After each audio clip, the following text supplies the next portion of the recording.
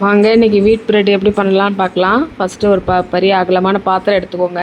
அதில் பால் ஒரு கப் எடுத்துக்கோங்க. எடுத்துக்கிட்டு அதில் சுகர் ஒரு டீஸ்பூன் போடுங்க, ஈஸ்ட்டு ஒரு டீஸ்பூன் போடுங்க. போட்டு நல்லா மிக்ஸ் பண்ணுங்கள்.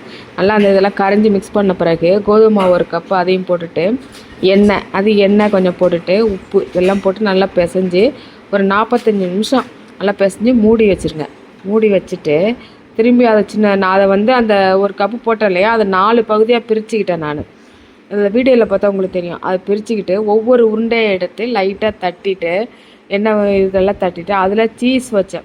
சீஸ் துருவி வச்சுருந்தேன். அதை வச்சு எல்லாம் க்ளோஸ் பண்ணி நல்லா மூடி திரும்பி அதை தட்டி அதுக்கு மேலே கொஞ்சம் எள்ளும் அந்த வெள்ளை எள்ளு என்ன கருப்பு எள்ளு எதோ ஒன்று போட்டுட்டு மேலே கொஞ்சம் நெய்யையும் தடவி அதுக்கு மேலே இந்த எள்ளையும் போட்டுட்டு அப்படியே தட்டி ஒரு பக்கமாக வச்சுருங்க. அதே மாதிரி இந்த 4 பகுதியையும் பிரித்து வச்சுட்டு இது மாதிரி செஞ்சு வச்சிட்டிங்கன்னா அதுக்கப்புறம் அந்த கடாயை ஒரு 10 மினிட்ஸ் ப்ரீ ஹீட் பண்ணிவிட்டு அதுக்குள்ளே ஸ்டாண்டு வச்சு சின்ன தட்டில் அதை அப்படியே தூக்கி அதில் தட்டி அது மேலே வச்சிட்டிங்கன்னா அது நல்லா மேலே மெரூன் கலராக வரும்.